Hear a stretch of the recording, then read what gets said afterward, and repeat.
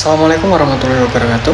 Perkenalkan, nama saya Usman Latifudin Siddiq, NPM 22060096, Prodi Ekonomi Syariah. Saat ini saya sedang mengikuti kuliah kerja nyata di Setayo Wonosari. Kali ini saya akan menjelaskan tentang akad jual beli. Akad jual beli merupakan suatu kegiatan yang biasanya dilakukan oleh dua pihak, yaitu pembeli dan penjual dalam proses kegiatan jual beli. Dalam Islam, akad ini termasuk dalam peraturan pada kegiatan muamalah yang merupakan bagian dari sistem ekonomi syariah. Akad jual beli ini disesuaikan dengan peraturan dalam agama Islam, baik yang telah dijabarkan dalam Al-Quran maupun hadis. Pada dasarnya, akad jual beli memiliki manfaat agar suatu proses transaksi jual beli yang dilakukan oleh dua pihak tidak akan menimbulkan dampak buruk di kemudian hari. Akad yang juga bisa dikenal dengan istilah zigot, yang berarti ijab qabul, diucapkan agar sebuah transaksi dapat dianggap sah secara hukum Islam, yang biasanya dilakukan dalam dua metode, yaitu lisan dan perbuatan. Pada metode lisan, seorang penjual akan mengucapkan ijab dan dilanjutkan pengucapan qabul oleh pembeli. Sedangkan pada metode perbuatan, yaitu ketika penjual menyerahkan barang kepada pembeli tanpa adanya pelafalan ijab dan qabul dari masing-masing pihak. Ada berapakah jenis akad jual beli?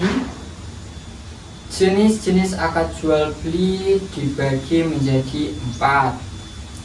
Seperti yang telah dijabarkan sebelumnya, akad jual beli diperuntukkan agar para pelaku ekonomi dapat merasakan keadilan dengan menggunakan sistem ekonomi syariah. Dalam penerapannya, akad jual beli terbagi menjadi: yang pertama, akad murabahah. Akad murabahah adalah kondisi di mana penjual dan pembeli mengetahui hasil laba yang akan diterima oleh penjual yang sebelumnya telah disepakati secara bersama oleh pembeli. Akad ini memungkinkan pembeli untuk mengetahui seberapa besar jarak keuntungan dan jarak harga jual yang akan diterima oleh penjual.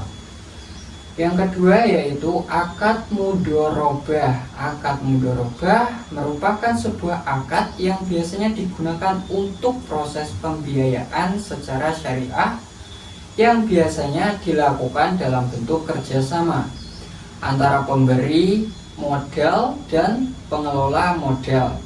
Dalam akad mudharabah akan ada pembagian keuntungan antara pemilik modal dan pengelola modal. Akan tetapi dalam akad ini pemilik modal akan menanggung semua kerugian yang terjadi. Namun pengecualian ketika pengelola melakukan kelalaian secara sengaja atau mungkin menyalahi aturan.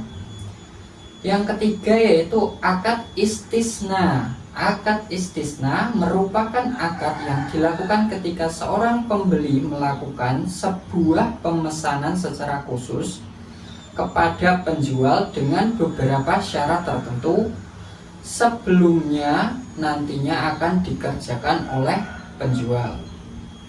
Di sini penjual harus bisa memenuhi permintaan yang telah disebutkan sebelumnya sesuai dengan ketentuan serta kesepakatan yang telah disetujui secara bersama. Yang keempat yaitu akad salam. Akad salam merupakan sebuah akad ketika seorang pembeli melakukan pemesanan dengan cara pemberian biaya di awal kepada penjual agar penjual dapat segera melakukan pemrosesan pemesanan. Akad ini berlangsung ketika kedua belah pihak telah menyetujui kesepakatan yang telah ditentukan, seperti jangka waktu pembuatan dan sebagainya.